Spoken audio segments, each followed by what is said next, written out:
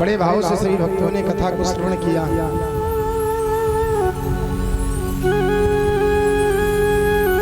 भगवान सबके हैं। एक और भगवान हिरण्यकश्यप का सीना चीरते हैं और वहीं उसके पुत्र पर भगवान बड़ी कृपा करते हैं। अस प्रभु दीन बंधु हरि कारण रहित दया। भगवान तो अकारण कृपा करने वाले हैं। भले ही हिरण्यकश्यप को भगवान ने मारा, लेकिन कृपा हिरण्यकश्यप पर भी की, क्योंकि भगवान का मारना भी कृपा है और भगवान का तारना भी कृपा है। पिता और पुत्र दोनों पर भगवान ने कृपा की। आगे मनवंतरों का वर्णन आता है। हमारे सनातन धर्म में 4 युग हैं, सतयुग, त्रेता, द्वापर और कलियुग। ये जो चारों युग एक 1000 बार व्यतीत हो जाते हैं, तब ब्रह्मा जी का एक दिन होता है। जब चारों युग एक 1000 बार व्यतीत हो जाते हैं, तब ब्रह्मा जी का एक दिन होता है। और ब्रह्मा जी के एक दिन में 14 मनवंतर होते हैं। प्रत्येक मनवंतर में भगवान का अवतार होता है। सुखदेव जी महाराज कहते हैं, राजा परीक्षित, इसी प्रकार से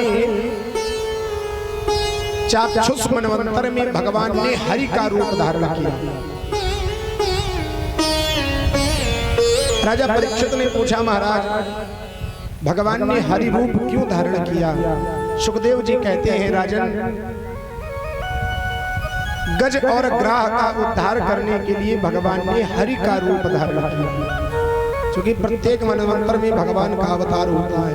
बड़ा सुंदर एक प्रसंग सुखदेव जी महाराज सुनाते हैं। आसीद गिरिवरो राजन त्रिकूट इति विश्रुतः क्षीरो देना प्रता श्रीमान योजना यतमुच्चिता। एक त्रिकूट पर्वत था, जहां पर एक गज माने हाथी अपने पूरे परिवार के साथ में रहता था, विहार किया करता था। लेकिन एक दिन ये अपने परिवार के साथ में सरोवर में गया। बच्चे भी साथ में हैं, पत्नियां भी साथ में हैं। सरोवर से जल लेकर के अपने ऊपर उड़ाने लगा। बच्चों को स्नान कराया, पत्नियों को स्नान कराया। जो ही जल में खड़बड़ हुई, उसी सरोवर के जल में एक ग्राह रहता था। ग्राह ने देखा कि हमारे घर में कौन कलह किए, तो ग्राह ने आकर के गज का पैर पकड़ लिया। सीधी सी बात है परीक्षित जी, संसार एक सरोवर है। ये जो संसार है जहां हम लोग रह रहे हैं, एक सरोवर है। शांति से रहोगे तो मामला ठीक है, और इस संसार रूपी सरोवर में यदि कीचड़ फैलाने का प्रयास करोगे तो काल रूपी ग्रह आएगा, हम लोगों को पकड़ करके निगल जाएगा। इसलिए शांति से रहो, स्वच्छता से रहो, कीचड़ फैलाने का प्रयास मत करो। बोलो राधे राधे। गज ने यही किया, सरोवर में कीचड़ फैलाने का प्रयास किया। ग्राह ने पैर पकड़ लिया। अब जैसे ही ग्राह ने पैर पकड़ा, तो जब तक हाथी में स्वयं में बल रहा, इसने सोचा, अरे ये छोटा सा जीव है, मेरा क्या बिगाड़ेगा। लेकिन भाई, आप कितने भी बलवान क्यों ना हो, किसी के घर में लड़ने जाएंगे तो जो घर में होगा वो ज्यादा बलवान होगा। आप किसी के घर पर चढ़ाई करने जाएंगे वो भले ही कमजोर हो, लेकिन यदि अपने घर में है तो उसका बल अधिक होगा। और ग्राह का बल क्या है? जल में जब तक रहेगा उसका कोई कुछ नहीं बिगाड़ सकता है। अब ग्राह और गज का झगड़ा प्रारंभ हो गया। कभी गज अपना बल लगाता है तो ग्राह को बाहर घसीट करके ले आता है, लेकिन जैसे ही ग्राह अपना बल लगाता है, गज को फिर घसीट करके जल में ले जाता है। जब इसका बल क्षीण होने लगा तब इसने सोचा मैंने तो सबके लिए बहुत कुछ किया है, अपने परिवार के लिए, अपने बेटों के लिए। बेटों ने भी साथ दिया, पत्नियों ने भी साथ दिया, लेकिन जैसे ही कुछ समय हुआ बेटों ने सोचा पिताजी के चक्कर में हम क्यों मरे। बेटों ने साथ छोड़ दिया। जो साथ छोड़ करके जाने लगे, गज ने कहा देखो मैंने जीवन भर इनका पालन पोषण किया और आज जब मेरे ऊपर मुसीबत आई तो हमें छोड़ करके जा रहे। पत्नियों ने कहा चिंता मत करो, बेटे हैं छोड़ करके जा सकते हैं, लेकिन कम से कम हम तो आपके साथ हैं। लेकिन और भी कुछ दिन व्यतीत हुए। पत्नियों को लगा हम कब तक यहाँ भूखी प्यासी ऐसी खड़ी रहेंगी, हमें लगता पति देवता हमारे बचेंगे नहीं। पत्नियों ने भी साथ छोड़ दिया, बेटों ने भी साथ छोड़ दिया, पत्नियों ने भी साथ छोड़ दिया, सब साथ छोड़ गए। और यही होता है, बनी बनी पर लाखों निशार होते हैं, लेकिन जब बनी बिगड़ती है तो फिर दुश्मन हजार होते हैं। हमारे पास पैसा है, धन है, संपत्ति है, हजारों लाखों लोग हमारे रिश्तेदार हो जाएंगे। आप अच्छे पद पर पहुंच जाएं तो गांव की भी कोई रिश्तेदारी होगी दूर की, वो भी अपना सगा बताता है। और गरीब हो तो सगे से सगा रिश्तेदार पहचानने से मना कर देता है। आज गज को लगा कि मैंने जिनके लिए अपना पूरा जीवन समर्पित कर दिया, अपने बेटों के लिए, अपने परिवार के लिए, अपनी पत्नियों के लिए, उन सब ने मेरा साथ छोड़ दिया। संग सखा सब तजी गए, कोई न निभयो साथ। कहे नानक इस विपत्ति में एक टेक रघुनाथ। ऐसी विपत्ति में किसको बुलाया जाए, क्यों ना भगवान को ही पुकारा जाए। अब पशु है जानता तो है नहीं, बुलाएं किसको। स्तुति की है सरकार, आप ही सबको बनाने वाले हो, आप ही सबका पालन करने वाले हो, आप ही सबका संहार करने वाले हो। आज मेरे प्राणों पर संकट है, मेरे प्राणों की रक्षा कर। स्तुति की लेकिन किसी का नाम नहीं लिया। अब भोले बाबा को लगा अगर इसने एक बार भोले कह दिया होता तो मैं इसकी रक्षा करने चला जाता। ब्रह्मा जी को लगा इसने एक बार ब्रह्मा कह दिया होता तो मैं इसकी रक्षा करने चला जाता। इंद्र को लगा अगर इसने एक बार मेरा नाम ले लिया होता तो मैं इसकी रक्षा करने चला जाता। वैकुंठ में बैठे बैठे भगवान विचार करते हैं, चलो कोई बात नहीं, जो किसी का नाम नहीं वो मेरा नाम है। मेरे तो अनेक नाम है, जो किसी का नाम नहीं वो मेरा नाम है। भगवान गरुड़ पर सवार हुए, गरुड़ सिका और शीघ्र चलो। और जो ही गज ने भगवान को आता हुआ देखा, अब जल में डूबने ही वाला था, तब तक दिखाई पड़ा एक कमल का पुष्प है। कमल का पुष्प तोड़ा और कमल का पुष्प तोड़ करके भगवान की प्रार्थना करने लगा, हे सरकार पकड़ लो हाथ बनवारी, नहीं तो डूब जाएंगे।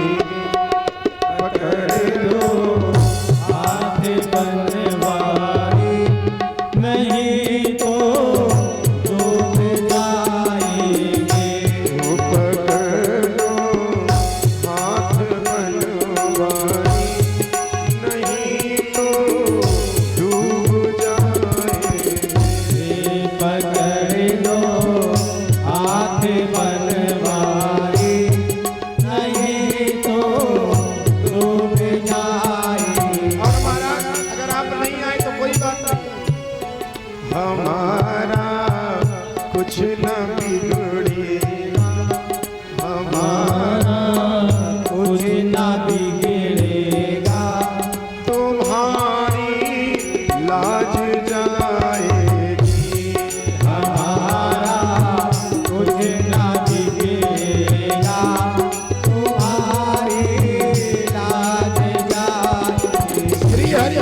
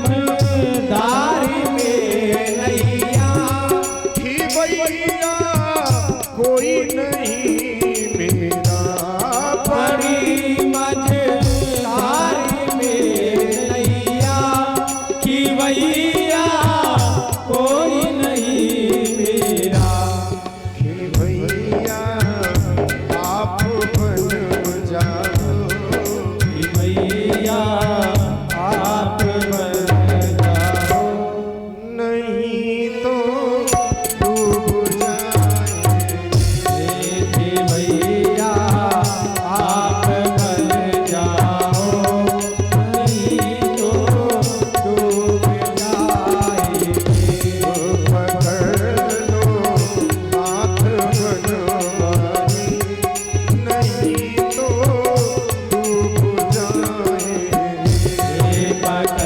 लो हाथ बनवारी नहीं तो डूब जाएंगे जो प्रार्थना की कमल पुष्प लेकर के भगवान को पुकारा भगवान ने हाथ ही पकड़ लिया कुछ पकड़ में तो आया नहीं तो सूंड को पकड़ लिया हाथी सूंड को पकड़ करके भगवान ने जो घसीटा है तो ग्राह तो पैर पकड़े ही था साथ में ग्राह भी खींचा चला आया भगवान ने सोचा इसका उद्धार कैसे हो तुरंत ही सुदर्शन चक्र का ध्यान किया और सुदर्शन चक्र का ध्यान करते ही उस सुदर्शन चक्र के द्वारा ग्राह का मुख चीर दिया अच्छा एक बात बताओ ईमानदारी से पहले उद्धार किसका हुआ पहले तो ग्राह का उद्धार हुआ ना गज का उद्धार बाद में हुआ ऐसा क्यों मानो भगवान ये संदेश देना चाहते हैं हमारे पैर पकड़ो न पकड़ो लेकिन जो हमारे भक्त के पैर पकड़ लेता है ना उसका उद्धार मैं पहले कर देता हूँ बोलो राधे राधे हाथी भगवान का भक्त बन गया और उस ग्राह ने भगवान के भक्त के पैरों को पकड़ लिया तो भगवान ने भक्त के भक्त का उद्धार पहले कर दिया और अपने भक्त का उद्धार बाद में किया परीक्षित जी कहते हैं महाराज ये गज और ग्राह थे कौन सुखदेव जी कहते हैं राजन ये दोनों शापित थे पूर्व जन्म के ये जो गज था ये द्रविड़ देश का राजा था एक दिन की बात अगस्त महात्मा का आगमन हुआ इसको अभिमान था कि मैं राजा हूं उठ करके प्रणाम नहीं किया महात्मा को क्रोध आ गया साप दे दिया तू हाथी की तरह बैठा है जा तू हाथी हो जा और जो ये ग्राह था ये हु नाम का गंधर्व था जल क्रीड़ा कर रहा था एक दिन देवल ऋषि जल में स्नान करने के लिए आए और इसने जल क्रीड़ा करते करते देवल ऋषि का पैर पकड़ लिया जैसे ही पैर पकड़ा अचानक से कोई जल में पैर पकड़ ले तो व्यक्ति घबरा जाएगा देवल ऋषि को लगा पता नहीं किस जीव ने मेरा पैर पकड़ लिया जो ही बाहर निकल करके आए वैसे ही ये भी बाहर निकल आया कहो महाराज कैसी रही देवल ऋषि की धड़कन अच्छा तो ये सब तूने किया है जा तुझे पैर पकड़ने का बड़ा शौक है मैं तो भजन कर रहा था जल में खड़े होकर के और तूने मेरे भजन में विघ्न उत्पन्न कर दिया जब मैं तुझे शाप देता हूँ तू ग्राह बन जा खूब पैर पकड़ जैसे शाप मिला अब तो ये महात्मा के चरणों में गिर पड़ा महाराज हमसे अपराध हो गया क्षमा कर दो हमें देवल ऋषि ने कहा देखो मैंने जो शाप दे दिया अब वो तो दे दिया है लेकिन चिंता मत कर जैसे मेरा पैर पकड़ा है ऐसे ही पैर पकड़ते रहना पैर पकड़ना मत छोड़ना और एक दिन मैं तुझे वरदान देता हूँ कि एक दिन पैर पकड़ने के कारण ही तेरी मुक्ति हो जाएगी बोलो भक्तवत्सल भगवान एक बड़ा सुंदर कवि ने पंक्तियां लिखी हैं पाप करे प्रभु जी मिले पाप करे सुख होई पाप करे मुक्ति मिले इसलिए पाप करो सबको बड़े खुश हो गए सब हाँ महाराज जी ने आज बढ़िया बात बताई अभी तक तो जाने क्या बताते रहे भक्ति करो नाम लो पूजा करो कथा सुनो आज बढ़िया बात बताई खूब पाप करो भगवान मिल जाएंगे भैया शब्दों का हेर फेर है थोड़ा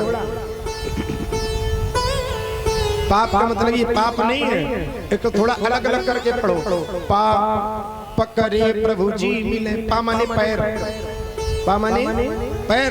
जब पैर पकड़ोगे तो पा पकड़े प्रभु जी मिले, पा पकड़े सुख होए, पा पकड़े मुक्ति मिले।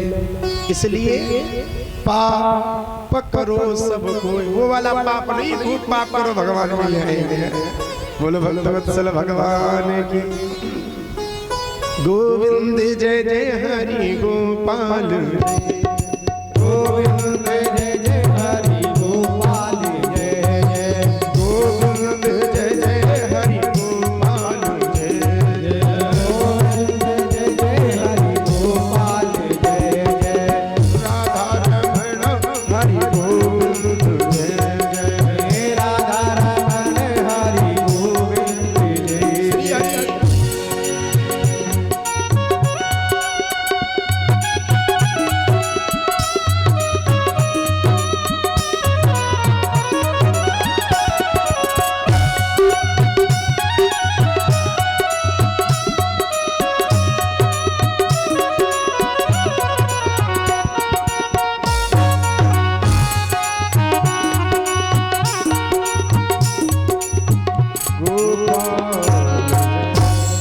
बोलो गोविंद भगवान की जय हो।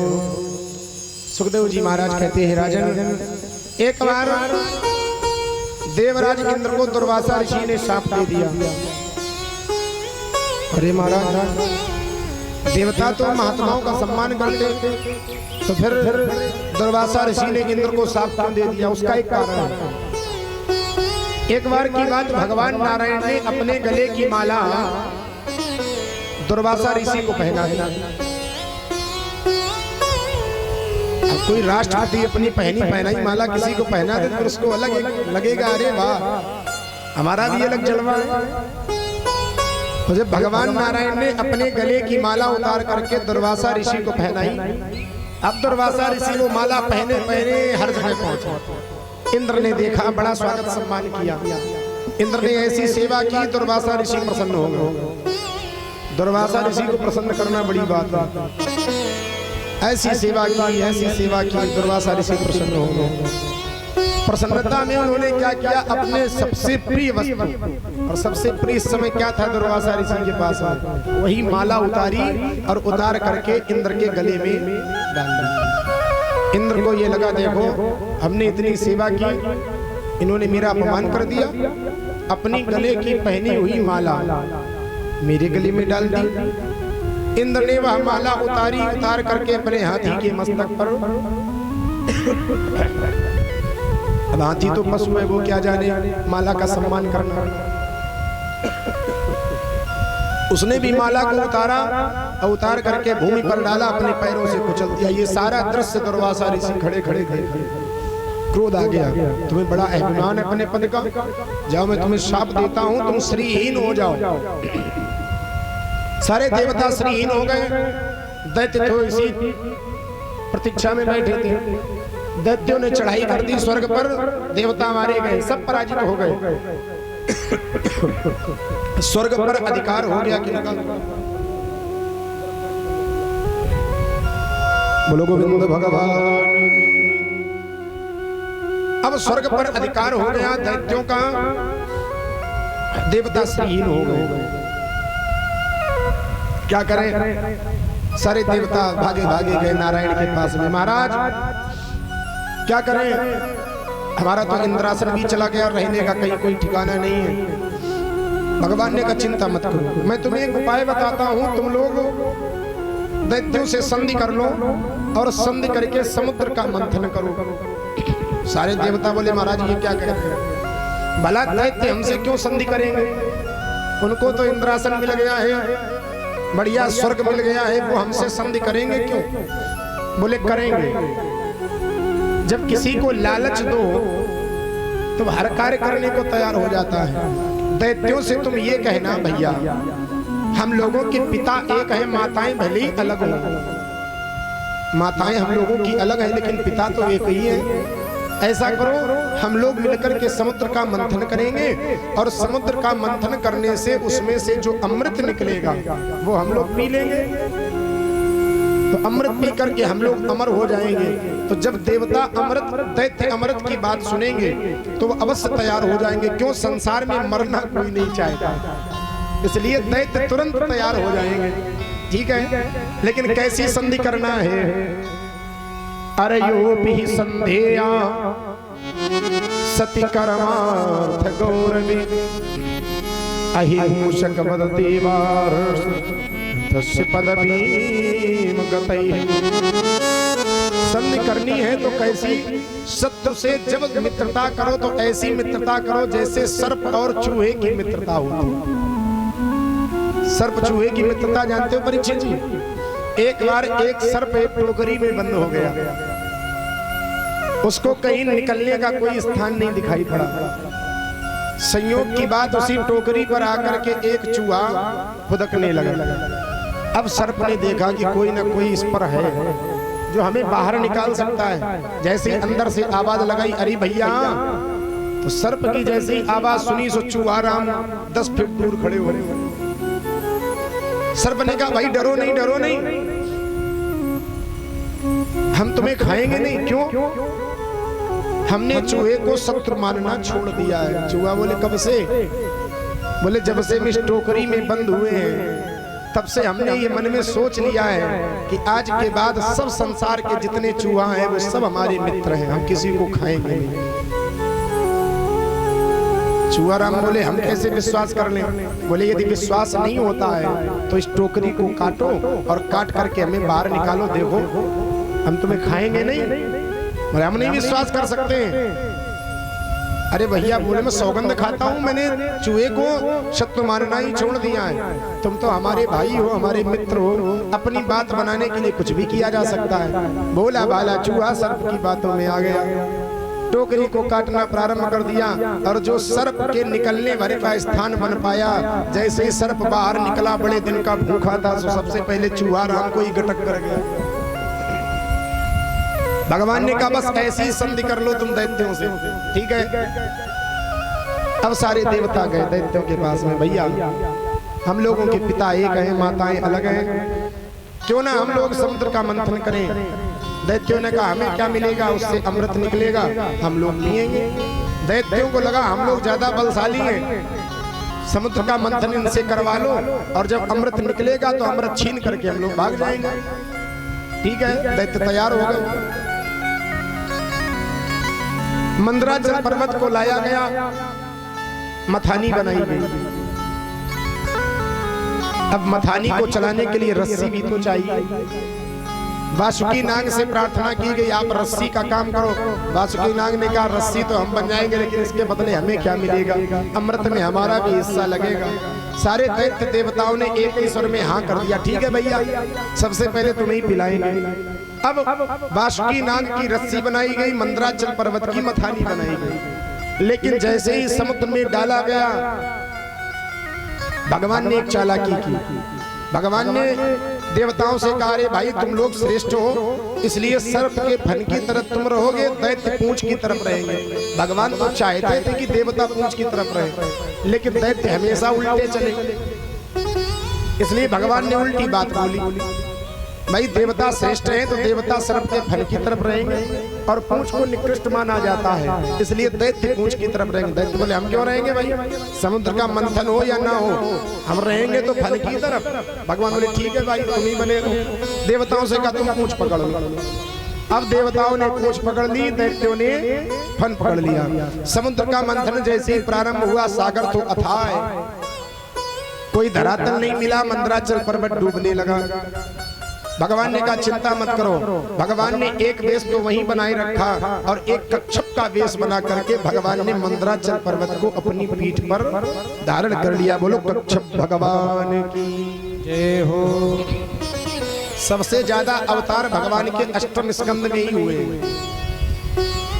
ये दूसरा अवतार है, पहले हरि का अवतार धारण किया, अब कच्छप अवतार भगवान ने धारण किया अपनी पीठ पर। अच्छा, कच्छप ही क्यों बने? और भी कुछ बन सकते थे।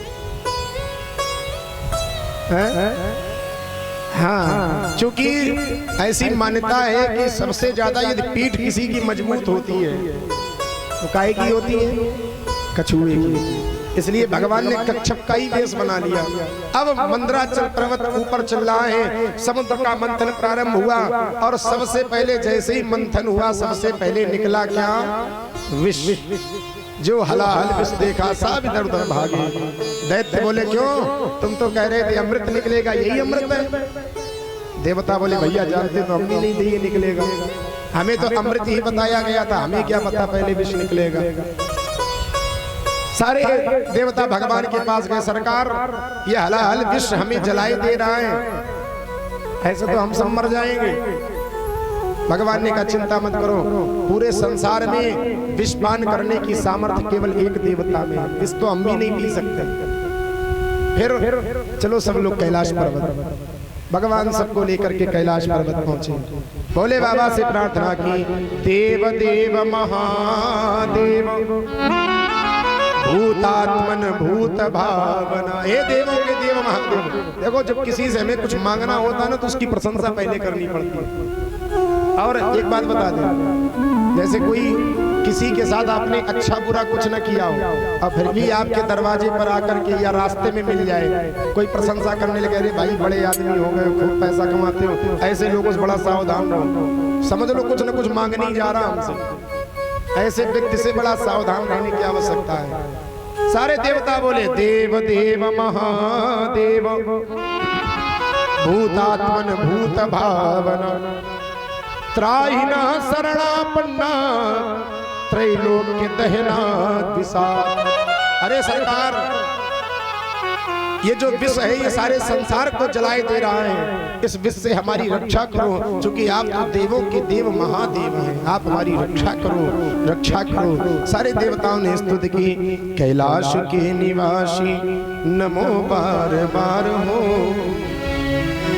कैलाश के निवासी नमो बार बार हो, आयो शरण तिहारी भोला तार तार, आयो शरण तिहारी भोला तार तार हो, आयो शरण तिहारी भोला तार तार हो, कैलाश के निवासी नमो बार बार हो, कैलाश के निवासी नमो बार बार हो, आयो शरण तिहारी भोला तार तार, आयो शरण तिहारी भोला तार तार हो। श्री हरि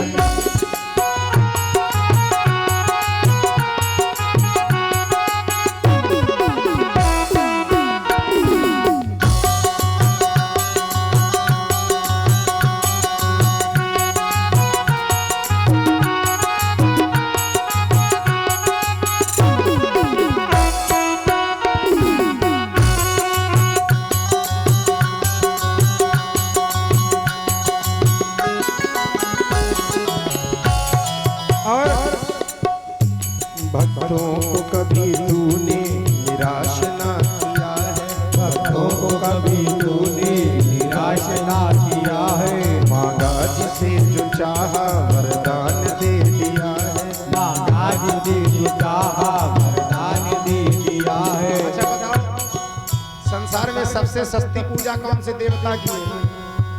भोले बाबा की है कि नहीं? एक लोटा जल और धतूरे का फल हो गई पूजा। जहाँ जहाँ घूरा वहीं वहीं धतूरा, कहीं बाजार जाने की भी जरूरत नहीं है ना। भक्तों को कभी तूने निराश ना किया है, भक्तों को कभी तूने निराश ना किया है, मांगा जिसे जो चाहा वरदान दे दिया है, मांगा जिसे जो चाहा वरदान दे दिया है। बड़ा है तेरा दायरा, बड़ा है तेरा दायरा, बड़ा है तेरा दायरा, बड़ा है तेरा दायरा, बड़ा है तेरा दायरा, बड़ा दातार तू, बड़ा दातार तू, आयो शरण तिहारी भोला तार तार, आयो शरण तिहारी भोला तार तार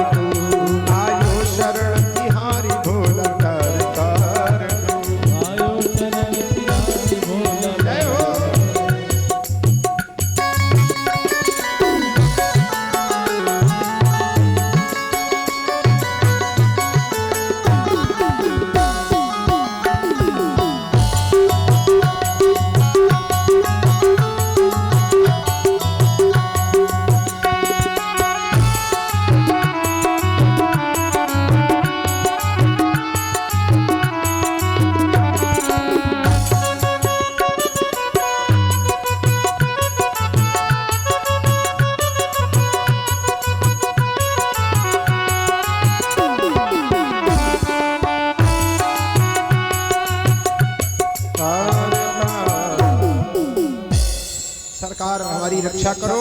भोले बाबा ने कहा देखो भाई पहले हम देवी जी से पूछ ले, मान लो विष पी लिया हमें कुछ हो गया तो देवी जी को कौन देखेगा, तो इनसे भी तो थोड़ी सलाह ले ले कि पिए कि ना पिए। भोले बाबा ने कहा देखो देवी ये सारे देवता हमारे पास आए हैं और ये कह रहे हैं कि विष पी लो चल करके, जिससे संसार की रक्षा हो जाए। अब पार्वती मैया दुविधा में पड़ गई, क्यों? अब ये भी तो भाई कौन पत्नी ऐसी होगी जो कहेगी कि जाओ तुम जहर पी लो जाकर, ये भी नहीं कह सकती कि विष पी ही लो और मना भी नहीं कर सकती है, क्यों? संसार की रक्षा की बात है, अगर भोले बाबा नहीं करेंगे तो कौन करेगा। लेकिन पत्नी हो तो पार्वती जैसी अपनी बात भी कह ली और कोई दोष भी नहीं। मैया ने कहा देखो आप तो सर्व सामर्थ्यवान हैं और मेरी इच्छा ये है कि आप वही कार्य करें जो सबके लिए हितकर हो। हम ये तो भोले बाबा ने कहा तो क्या तुम चाहती हो हम विष पी लें? मैया ने कहा हमने तो कभी नहीं कहा आप विष पी लें, बस हम ये चाहते हैं कि आप ऐसा करें जो सबके लिए कल्याणकारी हो। भोले बाबा ने कहा तो फिर ठीक है। भोले बाबा आकर के अंजलि लगा करके और पूरा विष अपने मुख में डाल दिया, लेकिन दूसरी क्षण याद आया, अरे राम राम ये तो अपराध हो गया। क्यों?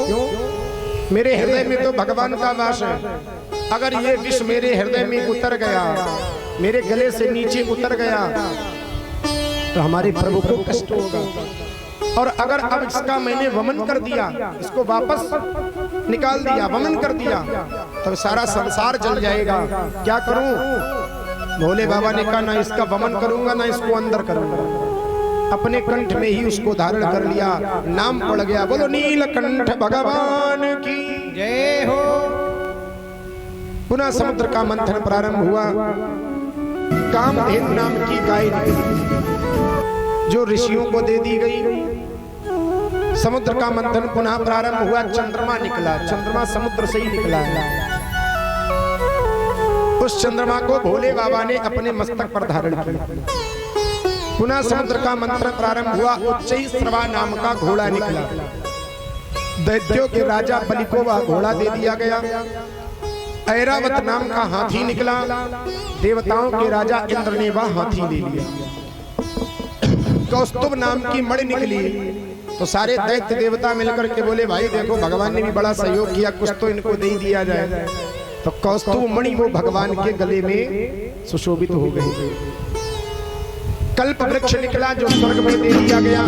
अप्सराएं निकली वो भी स्वर्ग में दे दी गई। और इसके बाद में एक सुंदर सरस्वती स्वयं मैया लक्ष्मी हाथों में वरमाला लेकर के प्रकट होती है। बोलो लक्ष्मी मैया जय हो।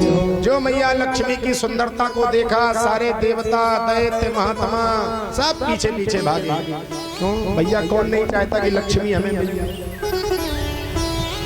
अब भगदड़ मच गई, भूल गए लोग अमृत। अमृत की कौन देखे, पहले लक्ष्मी मिले, अमृत तो बाद में भी देख लेंगे। सर्वसम्मत से ये प्रस्ताव पास हुआ, भाई देखो ऐसे काम नहीं चलेगा, ऐसा करो पंक्ति लगा करके सब लोग बैठ जाओ और जिसको ये देवी जी अपने मन से वर्ण कर लेंगी वही इनका पति हो जाएगा। सबने बात स्वीकार कर ली, सब पंक्ति में बैठ गए। महात्मा भी बैठे, देवता भी बैठे, दैत्य भी बैठे और सबसे पीछे वाली पंक्ति में जिधर सब मुख किए उधर की तरफ पीठ करके भगवान नारायण बैठ गए। अब मैया लक्ष्मी चली, सबसे पहले महात्माओं वाली पंक्ति में सबसे आगे दुर्वासा ऋषि बैठे। मैया लक्ष्मी ने विचार किया बाकी तो सब इसमें गुण है, महात्मा है, तपोनिष्ठ है, सब अच्छा है, लेकिन इनमें एक सबसे बड़ा अवगुण ये है कि इनको क्रोध बहुत जल्दी आता है, इसलिए मैं इनसे विवाह नहीं कर सकता। जिसके पास भी मैया लक्ष्मी गई हर व्यक्ति में कोई न कोई दोष मैया लक्ष्मी को दिखाई पड़ा। आगे बढ़ती चली गई और जैसे ही सबसे पीछे जाकर के पहुंची तो देखा क्या बाकी तो सब हमें टुकुर टुकुर देख रहे हैं, लेकिन पूरी सभा में एक ऐसा व्यक्ति है जो हमारी तरफ पीठ किए बैठा है, ये देख भी नहीं रहा। इसमें कुछ न कुछ विशेषता तो है। बाकी सब ऐसे देख रहे हैं कि हमें मिल जाए, कोई कह रहा हमें मिल जाए, कोई कह रहा हमें मिल जाए, और ये कैसा व्यक्ति जो हमें देख तक नहीं रहा, इससे तो मिलना चाहिए। और जो मैया लक्ष्मी ने जाकर के भगवान की रूप माधुरी का दर्शन किया, मंगलम भगवान विष्णु मंगलम गरुड़ध्वज मंगलम पुंडरीकाक्ष मंगलाय तनूहरि। इनमें तो कोई अवगुण है ही नहीं, सब मंगल ही मंगल है, सब कुछ मंगल। जिनका नाम लेने से जीवन में मंगल हो जाता है। मैया लक्ष्मी ने कहा हो ना हो, हमारे लिए श्रेष्ठ वर यही है। अपने हाथों की वरमाला भगवान नारायण के गले में डाल दी। अभी तक केवल नारायण थे, अब हो गए कौन? लक्ष्मी नारायण। बोलो लक्ष्मी नारायण भगवान की जय हो। देवता बोले भैया लग जाओ काम पे। जिसको जहां जाना था वो चला गया। अब अमृत काहे को छोड़े। फिर से समुद्र का मंथन प्रारंभ हुआ।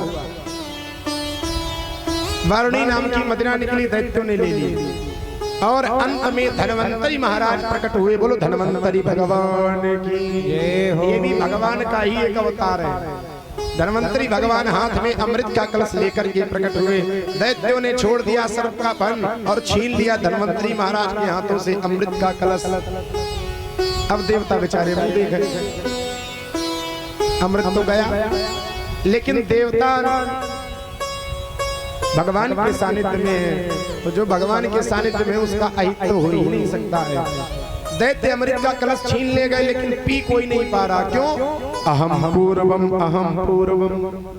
एक कहता भैया पहले मैं पीऊंगा, दूसरा कहता काहे तुम काहे पियोगे पहले? अहम पूर्वम नत्तम नत्तमति प्रभु। तुम नहीं पियोगे, पहले मैं पीऊंगा पहले। और पहले के चक्कर में कोई भी उस अमृत को नहीं पी पाया। इतना झगड़ा बढ़ गया। अब ज्यादा झगड़ा जब बढ़ता हुआ देखा, भगवान ने सोचा हमें ही कुछ करना पड़ेगा। भगवान एक रूप से तो वहीं पर रहे और दूसरा एक बड़ा ही सुंदर रूप भगवान ने बनाया, लक्ष्मी से भी ज्यादा सुंदर। भगवान ने मोहिनी का वेश बनाया। बोलो मोहिनी भगवान की। बढ़िया सुंदर सी साड़ी पहनी, कानों में कुंडल, पैरों में पायल, छम छम करती हुई मैया लक्ष्मी चली आई। इधर दैत्य तो झगड़ ही रहे थे। तब तक एक की नजर पड़ी, देखो भाई हो गया हमारा अमृत का बंटवारा। कैसे? अरे वो सामने से देवी जी चली आ रही, इन्हीं से अमृत का बंटवारा करवा ले। राजा बलि ने कहा ठीक है, रख दिया अमृत का कलश। और अमृत का कलश रखने के बाद में मोहिनी भगवान के पास में जाकर के पहुंचे। अरे देवी आप कौन है? आप कहां से आई हो? भगवान ने कहा क्यों भाई, हमारा बायोडेटा लेने वाले तुम लोग कौन होते हो? हम कहीं से आई हो, कहीं को जा रही हो, तुम्हें क्या लेना देना है? काहे को पूछ रहे हो? ऐसे किसी अपरिचित स्त्री से बातचीत नहीं करना चाहिए। हम जहां से आई बनी रहेंगे, तुम क्यों हमारा परिचय पूछ रहे हो? नहीं नहीं देवी आप हमें गलत मत समझे, हमारी एक समस्या है, उस समस्या का समाधान आप कर दें। अच्छा क्या समस्या है? समस्या ये है कि हमने समुद्र का मंथन किया और समुद्र का मंथन करने से हमें अमृत मिला है। अच्छी बात है, लेकिन हम लोग का बंटवारा नहीं हो पा रहा है। तो ऐसा करो देवी, अगर आपकी कृपा हो जाए तो हमारा बंटवारा हो जाए। भगवान ने पहले परीक्षा ली। भगवान ने कहा अरे राम राम, हमें लगता है तुम कश्यप महात्मा की संतान हो। यहाँ पहचाना तो ठीक है। भगवान ने कहा अच्छा तो बाकी तो सब ठीक है, लेकिन कश्यप महात्मा तो इतने विद्वान, और ऐसे विद्वान महात्मा की संतान इतनी मूर्ख कैसे हो सकती है? अब बलि ने कहा कि हम तुम्हें कहां से मूर्ख लग रहे हैं भाई, तुमने कहां से समझ लिया कि हम मूर्ख हैं? भगवान कहते हैं कथम कस्य पदायादा पुंशल्याम मयि संगता विश्वासो पंडितो जातु कामिनी सुनयाति। जो विद्वान लोग हुआ करते हैं वो किसी भी अपरिचित स्त्री पर कभी विश्वास नहीं करते हैं, और वो भी मेरे जैसे जंगल में घूम रही, तो हमें जानते भी नहीं हो कि हम कौन हैं, कहां से आई हैं, और तुम हमसे कह रहे हो कि अमृत का बंटवारा कर दो। तुम लोग इतने मूर्ख हो सकते हो ये मैंने नहीं सोचा था। अब दैत्यों में काना फूसी होने लगी। देखो भाई हमें लगता बड़ी ऊंचे घराने की है, देखो बातें कितनी बढ़िया बढ़िया कर रही है। भगवान ने ऐसा बातों में फंसाया दैत्यों को दैत्यों को लगा भैया हमें लगता कोई बड़ी ऊंचे घराने की है ये, कितनी बढ़िया बढ़िया बातें कर रही, कितनी अच्छी शिक्षा दे रही है। अरे देवी कुछ भी हो, अब मैंने तो सोच लिया है कि हमारी अमृत का बंटवारा आप ही करेंगे। मोहिनी भगवान ने कहा सोच लो। बोले सोच लिया तो फिर एक शर्त मेरी भी है। कैसे? मैं जैसी मर्जी होगी वैसा बंटवारा करूंगी और तुम लोगों को कोई आपत्ति नहीं होनी चाहिए। दैत्य बोले ठीक है, जैसी आपकी मर्जी हो वैसा बंटवारा करूंगा। भगवान ने जब पक्की पोड़ी बात कर ली, अमृत का कलश अपने हाथों में ले लिया, दैत्यों से कहा बैठ जाओ। तब तक दृष्टि पड़ी देवताओं की ओर, ये कौन है? ये भी हमारे ही भाई है, माताएं अलग हैं, पिताएं हैं, फिर इनको भी पिलाओ भाई, कुछ ना कुछ इनको भी मिलना चाहिए। बोले ठीक है, जैसी आपकी इच्छा। एक पंक्ति में देवता बैठ गए और दूसरी पंक्ति में दैत्य बैठ गए। अब भगवान ने क्या किया? भगवान ने फिर एक चाल चली। भगवान ने कहा देखो भाई राजा बलि, ये जो अमृत का कलश है तो इसमें जो ऊपर अमृत भरा है वो सब पानी पानी है, पतला है, और नीचे वाला गाढ़ा गाढ़ा है। अब तुम लोग बताओ पतला पियोगे कि गाढ़ा पियोगे? बलि बोला आप पतला काहे को पिएंगे, हम गाढ़ा पिएंगे। तो भगवान बोले तो फिर पतला वाला देवताओं को पिला दे। बोले पिला दो। अब भगवान ने कहा देवताओं से बैठ जाओ पंक्ति लगा कर। सारे देवता बैठ गए। अब भगवान मंद मंद मुस्कुराते जा रहे हैं और मोहिनी मुस्कान डालते जा रहे किस पर?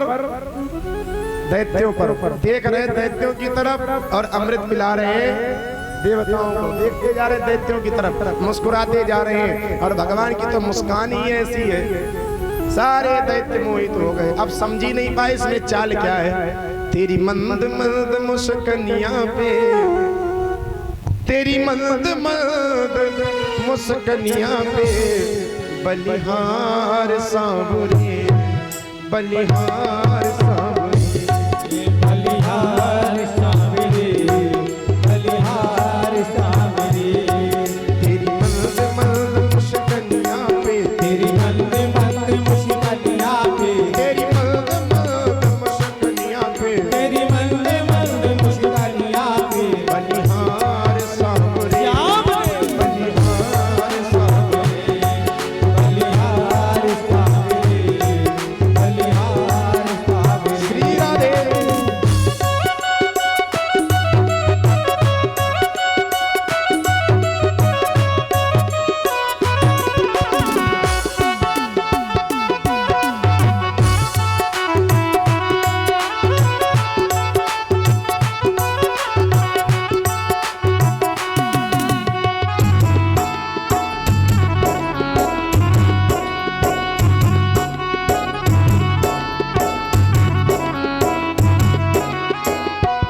और देखिए भगवान का अद्भुत श्रृंगार है।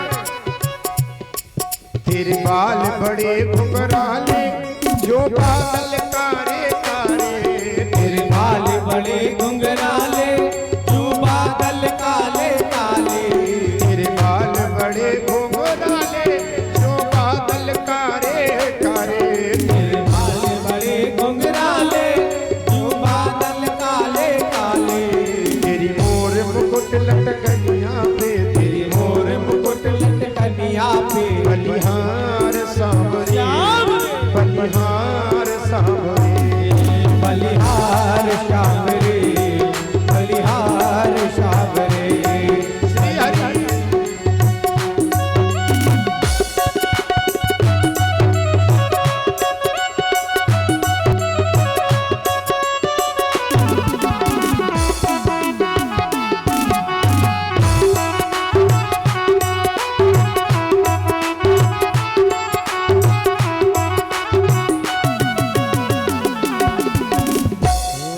तेरे नैन अजब कजरारे लगते हैं प्यारे प्यारे, तेरे नैन अजब कजरारे लगते हैं प्यारे प्यारे, तेरे नैन अजब कजरारे लगते हैं प्यारे प्यारे, तेरे नैन अजब कजरारे लगते हैं प्यारे प्यारे।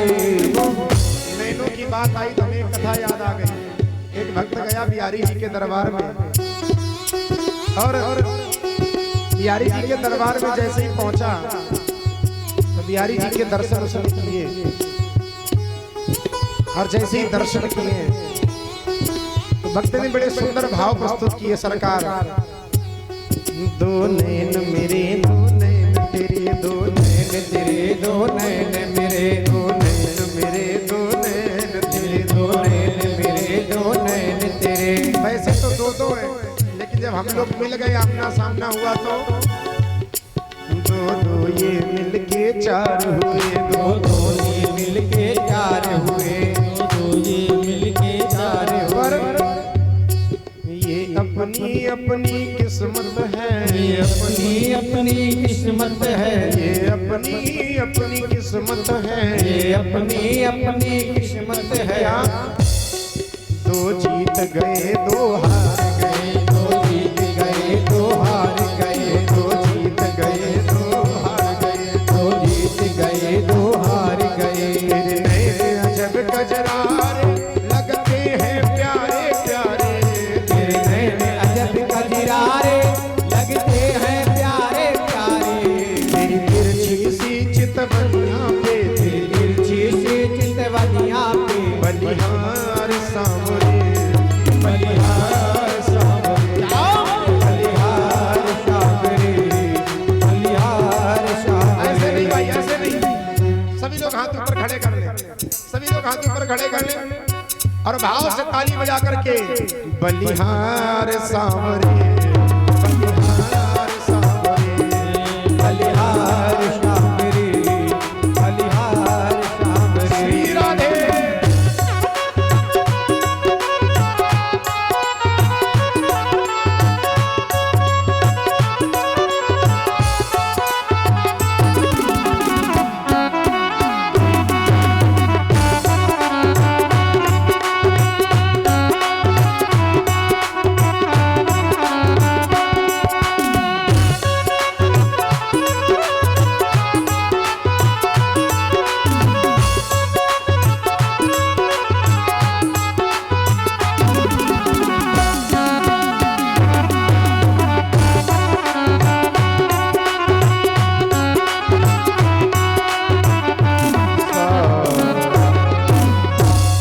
बोलो भक्त वत्सल भगवान की। जय हो। अरे भाई थोड़ा जोर से बोलो। आज 5वां दिन है, कल परसों की और बात है, इसके बाद बोलना यहाँ आना ना ना, है ना। देखो बात मानो न मानो खुशी आपकी, हम मुसाफिर हैं, कल नहीं परसों नहीं तो शायद परसों रात नहीं चले जाए। बोलो भक्त वत्सल भगवान की। और थोड़ा जोर लगा कर बोलो भाई, बोलो बांके बिहारी लाल की जय हो। ऐसे थोड़े हीरे मोती मिल जाएंगे, थोड़ा जोर लगाओ। भगवान मोहिनी मुस्कान दैत्यों पर डाल रहे, अमृत देवताओं को पिला रहे। एक दैत्य बड़ा चालाक था जिसका नाम था स्वरभान। वो भगवान की चालाकी समझ गया, भैया हमें मिलेगा कुछ नहीं, ये केवल मुस्कान ही मिलेगी, अभी भी भलाई चाहूं तो देवताओं वाली पंक्ति में बैठ जाऊं। स्वरभान दैत्यों की पंक्ति से उठा और देवताओं वाली पंक्ति में जाकर के सूर्य चंद्रमा के बीच में बैठ गए। लेकिन भगवान का नाम तो समदर्शी है, भगवान भेदभाव नहीं करते हैं। क्या भगवान नहीं जानते कि ये दैत्य है? लेकिन भगवान ने जैसे सब देवताओं की अंजलि में अमृत डाला, वैसे ही स्वरभानु की अंजलि में भी अमृत डाल दिया। जैसे ही अमृत को पिया है, सूर्य चंद्रमा उठ करके खड़े हो गए। अरे प्रभु अनर्थ हो गया। क्या हुआ? आपने दैत्य को अमृत पिला दिया। भगवान ने कहा अच्छा, रख दिया अमृत का कलश, सुदर्शन चक्र को ध्यान जैसे किया, उसको 2 खंड उसके कर दिए। लेकिन अमृत तो पी चुका था, अभी 1 था, अब 2 हो गए। वही बन गए कौन? राहु और केतु। देखो जिसको जो मिल रहा, जैसे कोई किसी को दे रहा, कोई ले रहा ज्यादा, उसमें 3-5 नहीं करना चाहिए। अरे भगवान ने पिलाया, उसने पिया, तुम्हें बताने की क्या जरूरत है? तुम्हें तो मिल ही रहा था, लेकिन बताया ऐसा उन्होंने किया कि आज भी उनको परेशान करते हैं, आज भी ग्रहण लगता है। लगता कि नहीं, आज भी परेशान करते हैं। तो ज्यादा किसी के बीच में 3-5 नहीं करना चाहिए। जो जो कुछ कर रहा करने तो जो जिसको मिल रहा हमारे भाग्य में जो होगा हमें मिलेगा, और सामने वाले के भाग्य में जो होगा उसको मिलेगा। अब तो भगदड़ मच गई। देव दैत्य बोले क्या हुआ भाई? सारे दैत्य बोले हम लोगों के साथ में धोखा हुआ। क्यों? वो जो स्त्री आई थी वो कहाँ गई? अमृत कहाँ गया? बोले भैया वो कोई स्त्री नहीं, बस वो वही था छलिया विष्णु, हम लोग चले गए हो। देवासुर संग्राम हुआ, देवता तो अमृत पी ही चुके थे, सारे दैत्य मारे गए, देवताओं को फिर से स्वर्ग मिल गया। लेकिन दैत्यों के गुरु हैं शुक्राचार्य, और शुक्राचार्य जी को एक विद्या आती है, मृत संजीवनी विद्या। ये विद्या का प्रभाव जानते हो? व्यक्ति मर जाए, मरा हुआ व्यक्ति फिर से जिंदा हो जाएगा। शुक्राचार्य ने उसी विद्या से राजा बलि को, सारे दैत्यों को फिर से जीवित कर लिया। अब बलि ने कहा महाराज आपका बड़ो परोपकार है आपका, कि आपने हमें पुनः जीवन दान दिया। अब ये सारा जीवन आपकी अधीन है, जैसा आप चाहोगे वैसा हम करेंगे। कहा ठीक है, एक काम करो, ऐसे देवताओं पर आक्रमण मत करो। क्या करो? अगर देवताओं पर तुम्हें विजय प्राप्त करनी है तो ब्राह्मणों की सेवा प्रारंभ करो। आप भैया खूब ब्राह्मणों की जय जयकार हो, सुबह शाम खूब पाई लागन हो, खूब निमंत्रण हो, खूब पूड़ी खिलाई जाए, मिठाई खिलाई जाए। और ब्राह्मण को तो बस भैया क्या है, ब्राह्मण से कुछ लेना तो बढ़िया बढ़िया भोजन करा दो, और चलते समय बढ़िया सी दक्षिणा उसके जेब में डाल दो। ठीक है, खूब सेवा हुई ब्राह्मणों की, ब्राह्मण प्रसन्न हो गए। मांगो बलि क्या चाहते हो? अरे सरकार हमें आपसे क्या चाहिए? कुछ नहीं, हमें तो सेवा करनी थी आपकी। बोले नहीं नहीं, कुछ ना कुछ तो हम देंगे तुम्हें। एक बढ़िया सा रथ दिया, और ऐसा अमोघ रथ दिया। राजा बलि से कहा तुम इस पर बैठ करके जिससे लड़ोगे स्वयं भगवान ही क्यों ना हो सामने, वो भी तुम्हारा कुछ नहीं बिगाड़ पाएंगे। राजा बलि उसी रथ पर सवार हुआ और फिर से स्वर्ग पर आक्रमण कर दिया। देवगुरु बृहस्पति ने कहा इंद्र भलाई चाहो तो भागो। क्यों? आज ये ऐसे रथ पर बैठ करके आ रहा है कि स्वयं नारायण भी अगर उसके सामने आ जाए तो कुछ नहीं बिगाड़ पाएगा। इसलिए भलाई इसी में है, स्वर्ग खाली कर दो, यहां से भागो। सारे देवता स्वर्ग खाली करके भाग खड़े हुए।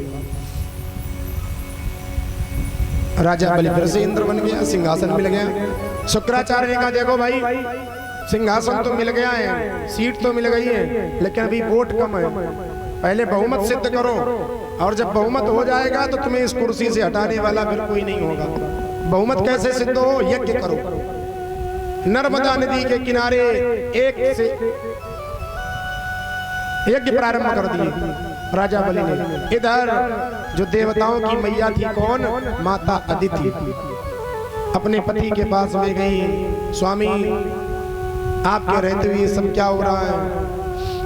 हमारे पुत्र मारे गए, स्वर्ग भी चला गया, कहीं रहने का कोई ठिकाना नहीं है। जब मैया अदिति बहुत रोई, कश्यप महात्मा ने मैया अदिति को एक व्रत बताया, और जो माता ये चाहती हो कि भगवान जैसा तेजवान पुत्र मेरे हो, तो प्रत्येक माता को ये व्रत करना चाहिए। जो व्रत महात्मा कश्यप ने अपनी पत्नी मैया अदिति को बताया।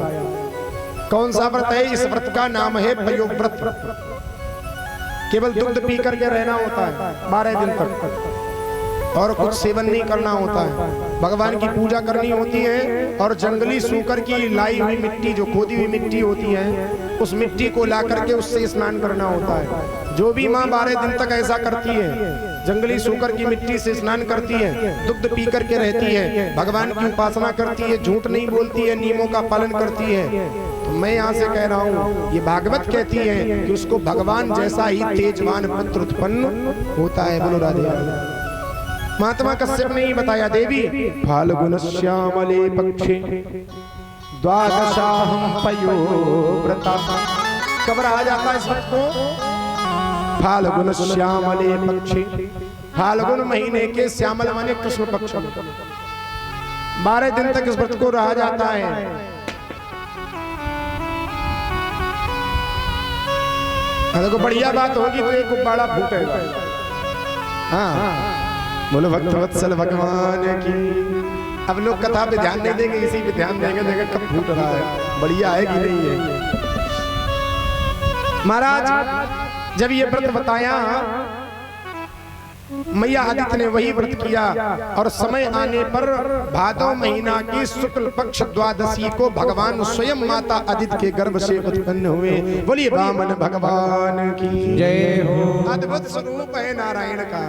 वामन अंगुल के भगवान बड़े हुए, भगवान का उपनयन संस्कार हुआ और उपनयन संस्कार में स्वयं ब्रह्मा जी ने आकर के भगवान वामन को कमंडल प्रदान किया। स्वयं मैया सरस्वती ने आकर के भगवान वामन को रुद्राक्ष की माला भेंट की और स्वयं माता पृथ्वी ने आकर के भगवान को पादुकाएं दी। ब्रह्मचारी का वेश होता है ना जब यज्ञोपवीत होता है, स्वयं पृथ्वी मैया ने पादुकाएं दी आकर के, और जो सनकादिक ऋषि थे उन्होंने आकर के भगवान को आसनी प्रदान की।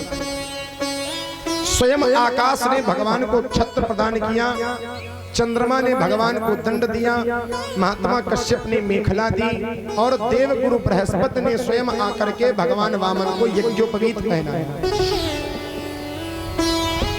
मैया आदित्य ने कौपीन लगाई, लंगोटी लगाई भगवान को, और धनाध्यक्ष कुबेर ने भिक्षा पात्र दिया आकर के, और स्वयं मैया पार्वती ने आकर के सबसे पहली भिक्षा वामन भगवान के पात्र में डाली। भगवान बोले वो सारी भिक्षा तो गुरुजी को दे दी, और बोले सरकार इतने से हमारा पेट नहीं भरने वाला। तो बृहस्पति ने कहा देखो भाई, इस समय अगर तुम्हें कोई संतुष्ट कर सकता है तो वो है दैत्यों का राजा बलि। नर्मदा नदी के किनारे यज्ञ कर रहा है, तुम वहीं चले जाओ। जो भी उसके यहाँ जाता है खाली हाथ नहीं आता है। तो तुम ऐसा करो, अगर तुम चाहते हो कि हमारा भिक्षा पात्र भर जाए तो तुम वहीं चले जाओ। अब वामन भगवान छोटे छोटे पैरों से दंड कमंडल धारण किए हुए, रुद्राक्ष की माला पहने हुए, छोटी छोटी पादुकाएं पहने हुए। अब सोचो आप वामन अंगुल के कितना सुंदर स्वरूप होगा। और जैसे ही बलि की यज्ञशाला में पहुंचे, बलि ने जो अद्भुत स्वरूप देखा छोड़ दिया यज्ञ करना, हाथ जोड़ दिए। अरे वाह महाराज, स्वागतम ते नमस्तुभ्यम ब्रह्मण किम करवामति। अरे ब्राह्मण देवता आइए आइए, आपका स्वागत है। क्यों, आज तक मैंने ऐसा अद्भुत स्वरूप नहीं देखा। राजा बलि मन में कह रहा, और प्रभु आप आए, हम तो कहते आप ही नहीं आए, आज आप आए हो तो ऐसा लग रहा है जैसे मेरा यज्ञ सफल हो गया। अब हमें यज्ञ करने की आवश्यकता नहीं है। अद्यना पितरस तृप्ता, अद्यना माने आज, अद्य माने आज मेरे पितरस तृप्ता, हमारे जो पितर हैं वो तृप्त हो गए। अद्यना पितरस तृप्ता अद्यना पावितम कुलम, आज मेरा कुल पवित्र हो गया जो आपके ये पावन चरण हमारी यज्ञशाला में पड़े। अरे प्रभु, हे ब्राह्मण देवता, मेरा यज्ञ सफल हो गया। बताइए मैं आपकी क्या सेवा करूं, मांगो हमसे क्या चाहते हो। भगवान शांति से खड़े हैं। बलि बोले जा रहा है लेकिन अभी तक भगवान उससे कुछ नहीं बोले। अब बलि ने बोलना प्रारंभ किया। बताओ महाराज, आपको जो चाहिए मैं देने को तैयार हूं। गाम कांचनम गुणवद धाम मृष्टम, आपको जो चाहिए वो बताओ मैं दे सकता हूँ। आपको गाय चाहिए, भगवान नहीं बोले। अच्छा गाय नहीं चाहिए, सोना चाहिए, स्वर्ण चाहिए, भगवान नहीं बोले। हाथी चाहिए, भगवान नहीं बोले।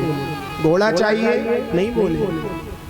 गांव के गांव चाहिए, भगवान फिर भी नहीं बोले। धन चाहिए, भगवान फिर भी नहीं बोले। राजा बलि बोला ये बोल नहीं रहा।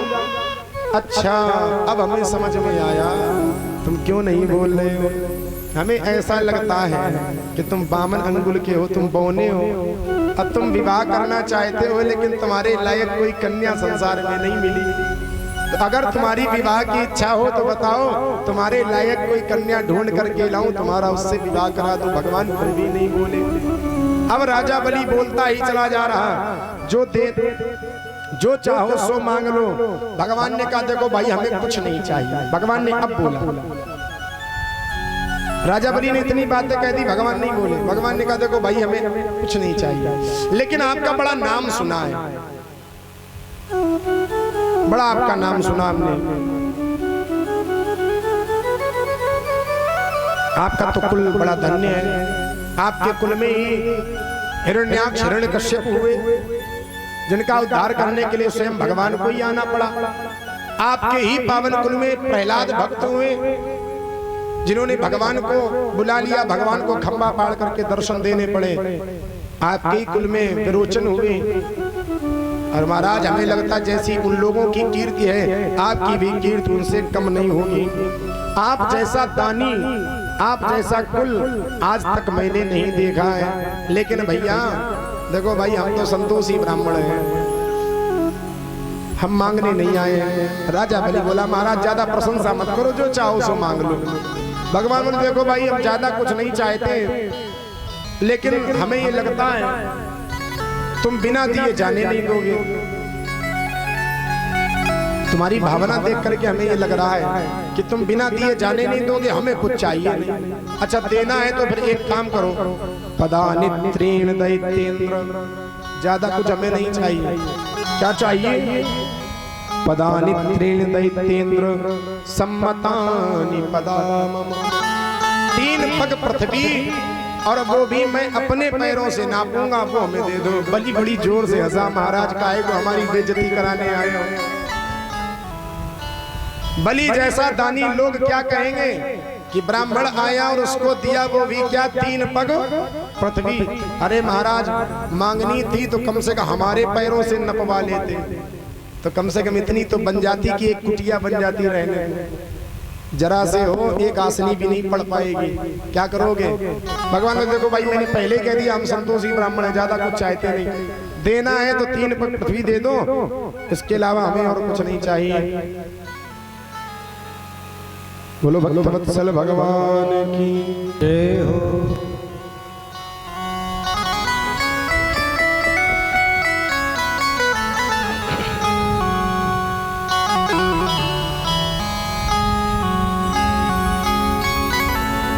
श्री राधे गोविंदा मन भजले हरि का प्यारा नाम है। श्री राधे गोविंदा मन भजले हरि का प्यारा नाम है। श्री राधे गोविंदा मन भजले हरि का प्यारा नाम है। श्री राधे गोविंदा मन भजले हरि का प्यारा नाम है। गोपाला हरि का प्यारा नाम है। गोपाला हरि का प्यारा नाम है। गोपाला हरि का प्यारा नाम है। गोपाला हरि का प्यारा नाम है। नंदलाला हरि का प्यारा नाम है। नंदलाला हरि का प्यारा नाम है। श्री राधे गोविंदा मन भजले हरि का प्यारा नाम है। श्री राधे गोविंदा मन भजले हरि का प्यारा नाम है। और हमारे साथ गाइए सभी लोग, जय गोपाला जय नंदलाला, जय गोपाला जय नंदलाला। गोपाला जय नंदलाला, जय गोपाला जय नंदलाला, जय गोपाला जय नंदलाला, जय गोपाला जय नंदलाला, जय गोपाला जय नंदलाला। थोड़ी आवाज आनी चाहिए। जय गोपाला जय नंदलाला, जय गोपाला। पीछे वाले भैया ऊंचे आसन पे बैठे हो तो थोड़ी ऊंची आवाज में भी बोलो। जय गोपाला जय नंदलाला, जय गोपाला। श्री राधे गोविंदा मन भजले हरि का प्यारा नाम है। श्री राधे, क्या बात है? गोपाला हरि का प्यारा नाम है। गोपाला हरि का प्यारा नाम है। वो नंदलाला हरि का प्यारा नाम है। श्री राधे गोविंदा मन भजले हरि का प्यारा नाम है। श्री राधे गोविंदा मन भजले हरि का प्यारा नाम है। हे गोपाला हरि का प्यारा नाम है।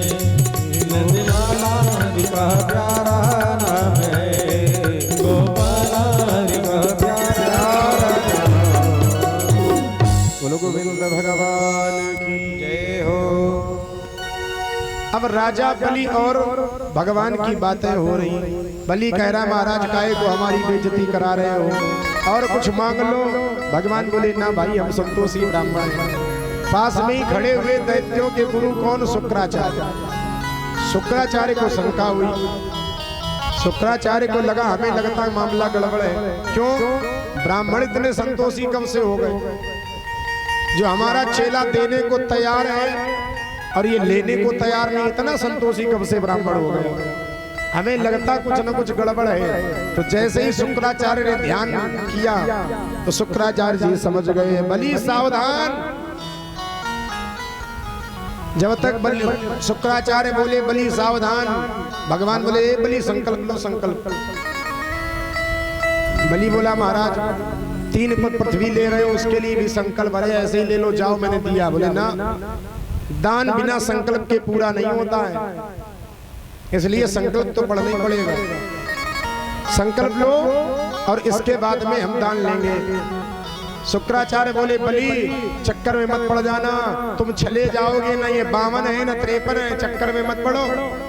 ये कौन है? ये सबई रोचने साक्षात भगवान विष्णु रभ्यः कश्यपादितिर्जातो देवानाम कार्य साधक। ये 52-53 नहीं है, इनके चक्कर में मत रहना। कौन है ये? वैरोचने साक्षात। अरे वैरोचन, अरे राजा बलि, ये कोई 52 नहीं है, ये साक्षात भगवान नारायण है। महात्मा कश्यप और मैया अदिति से उत्पन्न होकर के देवताओं का कार्य बनाने के लिए आए हैं, इसलिए संकल्प मत कर देना, मना कर दो। बलि बोला महाराज हम तो कह चुके। अरे बोले कह चुके तो क्या हुआ? अगर तुमने मना नहीं किया तो समझ लेना तुम्हारे पास रहेगा कुछ नहीं। बलि बोला महाराज अब रहे चाहे जाए, लेकिन मैंने तो कह दिया सो कह दिया। शुक्राचार्य ने समझाया, देखो ज्यादा किसी के पास धन हो तो उसका मतलब ये नहीं कि ऐसे ही लुटाओ उसको। धन को लुटाना नहीं है, धन का सदुपयोग करो। और शुक्राचार्य ने अपनी नीति में बताया धन को कैसे खर्च करना चाहिए। धर्माय यशस्यर्थाय कामाय स्वजनाय च। देखो धन को कैसे खर्च करना ये शुक्राचार्य जी बता रहे हैं।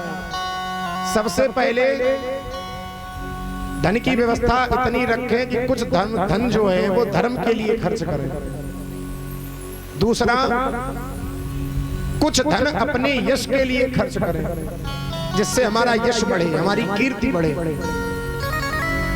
और कुछ धन ऐसी जगह लगाएं जिस धन को लगाने से बदले में धन की प्राप्ति हमें होने लगे। व्यापार में लगा दो। कुछ धन अपनी इच्छाओं की पूर्ति के लिए खर्च करना चाहिए। और बचा हुआ जो धन है वो धन बचा करके रखना चाहिए। किनके लिए? अपने स्वजनों के लिए। जैसे आपका कोई रिश्तेदार है और जानता है कि मास्टर साहब नौकरी करते हैं, 50,000 रुपए महीने में वेतन आता है।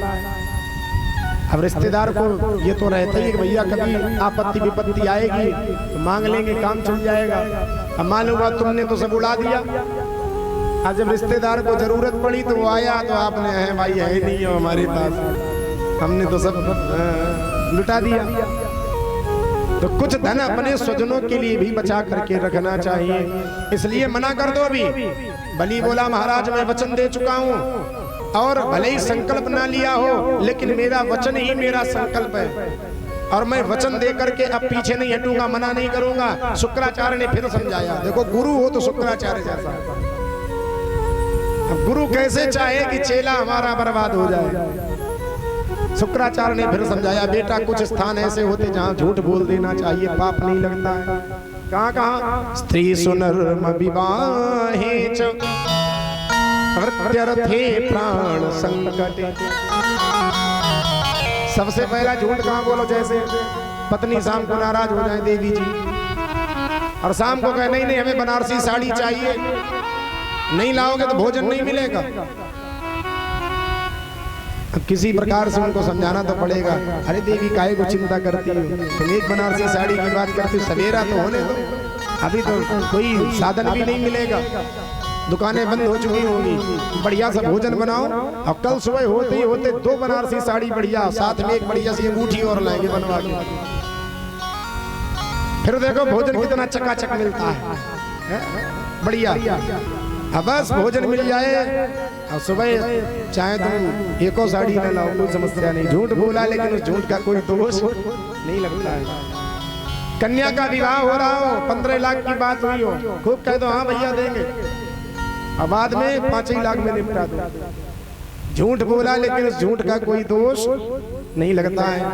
वृत्यर्थे प्राण संकटे, अपनी जीविका जा रही हो और जीविका बचाने के लिए झूठ बोल दिया जाए, उस झूठ का कोई भी दोष नहीं लगता है। आप लोग कपड़े की दुकान पर जाते हैं, ठीक है ना, आप कहते हो भैया ये 500 वाला 250 का दे दो। अरे बहन जी कैसी बात करती है, रोजी की कसम है 10 रुपए नहीं कमा रहा हूँ इसमें, रेट टू रेट दे रहा हूँ, और ईमानदारी की 250 वाला 500 में दे रहा है।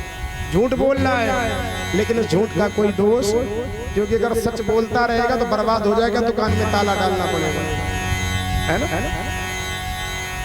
प्राण संकट, अपने प्राण संकट में हो और यदि झूठ बोलने से प्राण बच जाएं तो फिर झूठ बोल देना चाहिए, उससे कोई दोष नहीं लगता है। लेकिन इसका मतलब ये नहीं पंडित जी कहेगा झूठ बोलो तो रात दिन झूठ ही झूठ बोलते रहो। जब आवश्यकता पड़े, जब ये लगने लगे कि अब हमारे प्राण बचेंगे ही नहीं, तो झूठ बोल देना चाहिए। गो ब्राह्मण हिंसायाम, जैसे कोई गाय को मारने वाला आए और गाय इधर जा रही हो, पूछे क्यों भाई गाय इधर गई, आप कह दो नहीं इधर गई, आपने झूठ बोला लेकिन आपके झूठ बोलने से गाय के प्राण बच गए, फिर आपको कोई दोष नहीं लगेगा। इसलिए कुछ स्थान ऐसे जहां पर झूठ बोल देना चाहिए। अरे बलि अगर तुमने वचन दे दिया तो समझ लेना बर्बाद हो जाओगे, तुम झूठ बोल दो भी कुछ नहीं बिगड़ा। बलि बोला महाराज मैं झूठ नहीं बोलूंगा, भले ही बर्बाद हो जाओगे। आप कहते हो ये भगवान है, तो मेरा तो दोनों में भला ही है। क्यों? मैंने सुना है दाता एक, राम भिखारी सारी दुनिया, और आज वही दाता मेरे दरवाजे पर भिखारी बना खड़ा है। इससे बड़ा सौभाग्य और मेरे लिए क्या होगा। जो सारे संसार को देने वाला है, जो सारे संसार का उदर पोषण करने वाला है, और वही दाता आज मेरे दरवाजे पर भिखारी बना खड़ा है, ये मेरे लिए सौभाग्य की बात है। लोग कहेंगे बलि ने किसको दिया? जो सारे संसार को देता है उस भगवान को राजा बलि ने दिया। और अगर ये साधारण ब्राह्मण है तो 3 पद पृथ्वी नापेंगे, चलते बनेंगे, और अगर भगवान है तो भी अच्छाई मेरी है। लोग कहेंगे कि राजा बलि ने दान किसको दिया? भगवान को दिया। इसलिए हम नहीं मानेंगे महाराज। अब तो हम संकल्प ले ही लेंगे। शुक्राचार्य ने साफ दे दिया, जा मेरी बात तुझे नहीं समझ में आ रही है, तुझे बड़े पद का अभिमान है, मैं साफ देता हूं तुम श्रीहीन हो जाओ। बोले महाराज साफ दो या कुछ भी दो, लेकिन आज मैं आपकी बात नहीं मानूंगा। और मैंने एक दिन बताया था ना, कुछ स्थान ऐसे होते जहां आज्ञा न मानी जाए तो कोई दोष नहीं लगता है। तजिए ताहि कोटि बैरी सम, यद्यपि परम स्नेही, जाके प्रीण राम बैदे, जाके प्रियन राम बैदे, जाके प्रियन राम बैदे, जाके प्रियन राम बैदे, जाके प्रियन राम बैदे। तजो पिता प्रहलाद विभीषण बंधु भरत महतारी, बलि गुरु तजो कंत ब्रज गणिकर्ण भय मुद मंगलकारी। बलि ने गुरु को त्याग दिया। गुरु जी ने कहा श्रीहीन हो जाओ, बोले हो जाऊं कोई बात नहीं। अब भगवान बोले लो संकल्प, लेकिन गुरु हो तो शुक्राचार्य जैसा, फिर भी चेले का पीछा नहीं छोड़ा। अब संकल्प कब होगा? जब संकल्प बिना जल के संकल्प भी अधूरा माना जाता है। शुक्राचार्य ने सोचा मैं जल ही नहीं गिरने दूंगा, देखें कहां से हो जाएगा संकल्प। अब जैसे संकल्प लेने के लिए सामग्री भगवान ने हाथ में ली, राजा बलि ने, भगवान ने कहा जल छोड़ो। जैसे ही जल का पात्र उठाया, जल गिराने का प्रयास किया, जल नहीं गिरा। बलि बोला सरकार जल नहीं गिर रहा है। भगवान बोले हमें लाओ, हमें लगता है इसमें कुछ फंस गया कूड़ा करकट, पता नहीं कब का पात्र रखा हुआ, हमारे पास लाओ, हमारे पास व्यवस्था है। बगल में ही आसनी लगी थी, एक कुश निकाला और कुश निकाल करके जो ही उसमें डाला तुरंत ही शुक्राचार्य भड़बड़ा करके बाहर निकले। कोई ले रहा कोई दे रहा, हम तो बिन मतलब में फुड़वा बैठे। यही होता भैया, किसी के बीच में टांग लगाओगे तो ऐसे ही होगा। अरे कोई बलि दे रहा है, भगवान ले रहे हैं, शुक्राचार्य को क्या समस्या है? बड़बड़ा करके बाहर निकले, जल गिरा, भगवान ने संकल्प पड़ा, ठीक है बलि तो तुमने दिया। बलि ने 3 बार कहा हाँ सरकार, दिया दिया दिया। और जैसे ही संकल्प पूरा हुआ तो भगवान ने तुरंत ही विराट स्वरूप बना लिया और पहले ही पग में ऊपर के 7 लोग भू भुआ स्वा महाजना तपा और अंत में सत्यलोक में जाकर के भगवान का चरण पहुंचा। ब्रह्मा जी ने जो देखा, कमंडल में भगवान के चरण को धो लिया और उसी जल को भगवान ने अपने कमंडल में रख लिया। वही गंगा जी बनी। नख निर्गता मुनि वंदिता त्रैलोक पावन सुरसरी, बोलो गंगा मैया की जय। दूसरे पग में भगवान ने नीचे के साथ, अब भगवान ने बलि से, क्यों बलि बड़ी बड़ी बातें कर रहा था, बता तीसरा पैर कहाँ रखा? बलि बोला महाराज हमें ये थोड़े पता था कि मांगने वाला मीटर दूसरा है और नापने वाला मीटर, हमें तो धोखा हो गया। अगर वही वाला मीटर होता तो फिर कोई बात ही नहीं थी, लेकिन मांगने में मीटर दूसरा, नापने वाला दूसरा। भगवान बोले वो कुछ मैं नहीं जानता, तुमने संकल्प लिया है और अगर तुम अपना वचन पूरा नहीं करोगे तो तुम नरक में जाओगे। बलि को दूसरे क्षण याद आया, प्रभु एक बात बताओ, मेरे प्रश्न का एक उत्तर दे दो। भगवान बोले पूछो। ये बताओ दानी बड़ा होता है कि दान बड़ा होता है? भगवान बोले दानी बड़ा होता है, क्योंकि दानी नहीं होगा तो दान कहां से आएगा? धन बड़ा होता कि धनवान बड़ा होता? भगवान ने कहा तो धनवान बड़ा होता है, क्योंकि धनवान के पास ही तो धन है। बलि ने कहा बस सरकार, धन मेरा चला गया लेकिन धनवान तो अभी खड़ा है। अगर आपको कोई आपत्ति ना हो, तीसरा चरण उठाइए, मेरे सर पर रखिए। भगवान प्रसन्न हो गए, तीसरा चरण उठाया और बलि के मस्तक पर रखा। ऐसा विराट स्वरूप था भगवान का। और उसी सतयुग में जामवंत जी ने उस विराट स्वरूप की 7 प्रदक्षिणा मात्र 2 घड़ी में की थी। बलि बांधत प्रभु बाढ़ सोतन बरनी न जाय, उभय घरी महादीनी 7 प्रदक्षिण। भगवान प्रसन्न हो गए, बलि मांगो। बलि हंसने लगा, महाराज भिखारियों से हम नहीं मांगते थे, बाकी तो सब ठीक है, लेकिन भिखारियों से हम नहीं मांगते। हमारे कुल की ये परंपरा नहीं जो हमारे दरवाजे भीख मांगने आए बदले में उसी से मांग लो। अरे हमसे बड़े प्रसन्न हैं, कुछ तो मांग लो। बलि बोला महाराज अब मांगने की बड़ी बातें कर रहे हो, अभी थोड़ी देर पहले हमारे दरवाजे पर हाथ फैलाए खड़े थे, बलि दे दो। अब हमसे कह रहे हो मांग लो, लेकिन मंगन थे, हम मांगत नहीं। भगवान बोले देखो भाई कुछ न कुछ तो तुम्हें मांगना ही पड़ेगा। भगवान ने वरदान दिया। अभी तो ये जो मनवंतर चल रहा है 7वां मनवंतर है, इसके जो इंद्र हैं वो पुरंदर हैं और उनकी पत्नी सची है। लेकिन जो 8वां मनवंतर आएगा उसके इंद्र कौन बनेंगे? राजा बलि और इनकी पत्नी विंध्या। ऐसा भगवान ने राजा बलि को वरदान दिया। बलि ने कहा सरकार अब हम भी कुछ मांगेंगे। तब तक शुक्राचार्य भी आ गया। शुक्राचार्य ने सोचा यहाँ तो सब मामला ठीक ठाक हो गया, हम क्यों अपराधी बने रहे, एक बल्ब तो फ्यूज हो ही गया है। शुक्राचार्य ने भी आकर के भगवान से क्षमा याचना की, भगवान ने क्षमा कर दिया। भगवान जैसे चलने वाले थे, बलि बोला मौका बढ़िया है। बलि ने कहा सरकार अब हम भी कुछ मांगेंगे। भगवान बोले मांग लो। महाराज अब हम ये चाहते हैं, आप हमने सुतम लोक तो भेज ही दिया है, लेकिन हमारे यहाँ हम ये चाहते हैं ऐसा महल हो जिसके 52 दरवाजे हो। कितने हो? 52। और प्रत्येक दरवाजे पर आप हमें दर्शन दो। मेरी इच्छा होगी मैं चाहे पहले से निकलूं, चाहे 20वें से निकलूं, चाहे 35वें से निकलूं, चाहे 52वें से निकलूं, आप हमें वहीं खड़े मिलना। अब बताओ ईमानदारी से बताओ, छला कौन गया, बलि या भगवान? भगवान चले गए।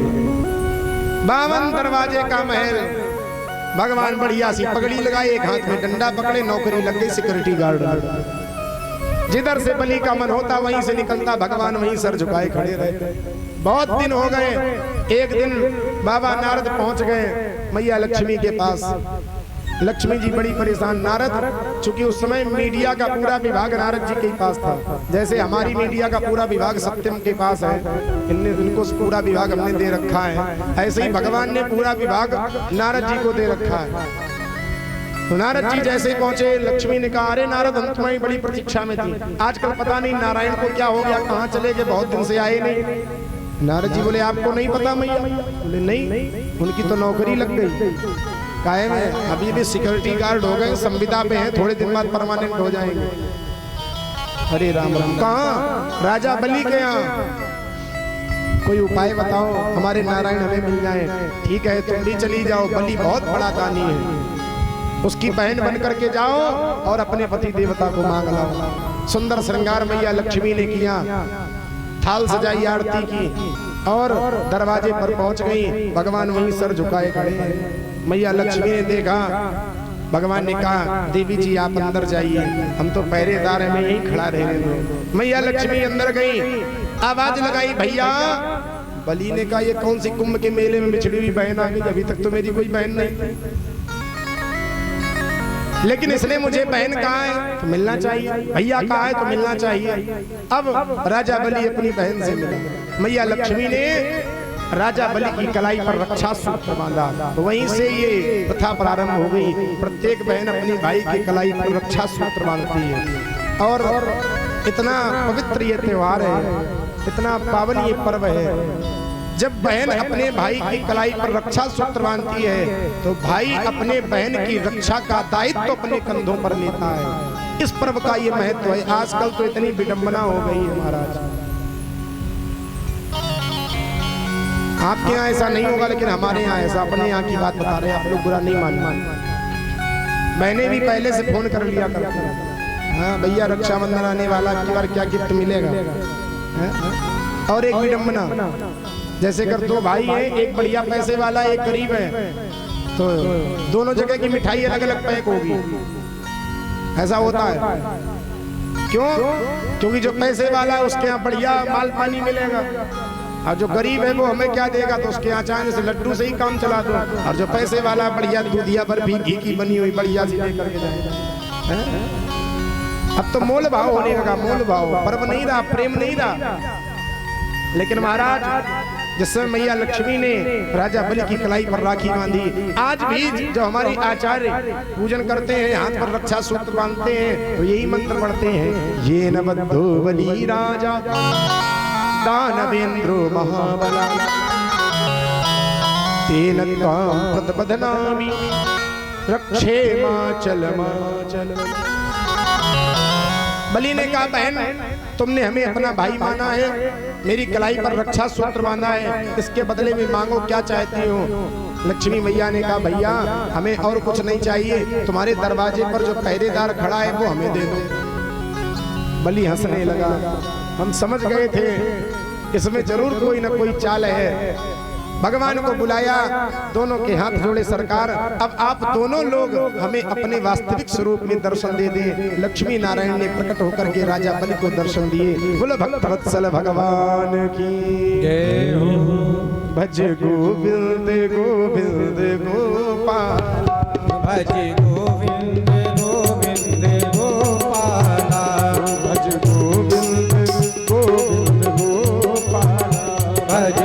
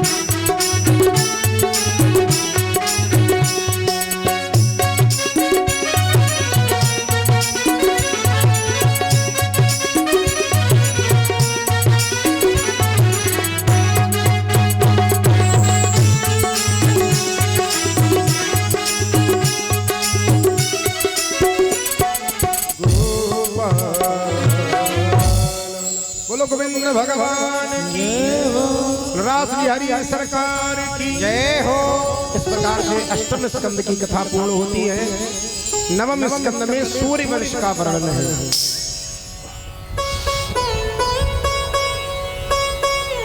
और सूर्य वंश में अनेकानेक प्रतापी राजा हुए। इसी वंश में आकर के मर्यादा पुरुषोत्तम प्रभु श्री राम ने भी माता कौशल्या और दशरथ जी के आंगन में आकर के खेले हैं भगवान स्वयं। तो थोड़ी सी राम कथा भी हम लोग सुनते चले, क्योंकि आज जो मुख्य कथा है वो भगवान कन्हैया का जन्मोत्सव है। तो थोड़ी सी राम कथा, और राम कथा सुनने से पहले हम लोग चलेंगे कहाँ, थोड़ी देर यहाँ से मन हटाएंगे, सीधे अयोध्या चलेंगे। तभी तो राम कथा समझ में आएगी जब अयोध्या चलेंगे। क्यों भाई? अच्छा, कितने लोग अयोध्या गए? जरा हाथ उठाएं जो लोग अयोध्या गए। आप लोग गए? आप लोग गए? बहुत अच्छी बात है। कितने लोग जाना चाहते हैं? हाँ, कौन सा पैसा पड़ रहा, उठा दो हाथ। चलिए, सबको हम लिए चलते हैं अयोध्या। सभी लोग हमारे साथ चलेंगे, लेकिन ऐसे नहीं भाई, सहयोग करना पड़ेगा, कुछ ना कुछ तो खर्चा करना पड़ेगा। और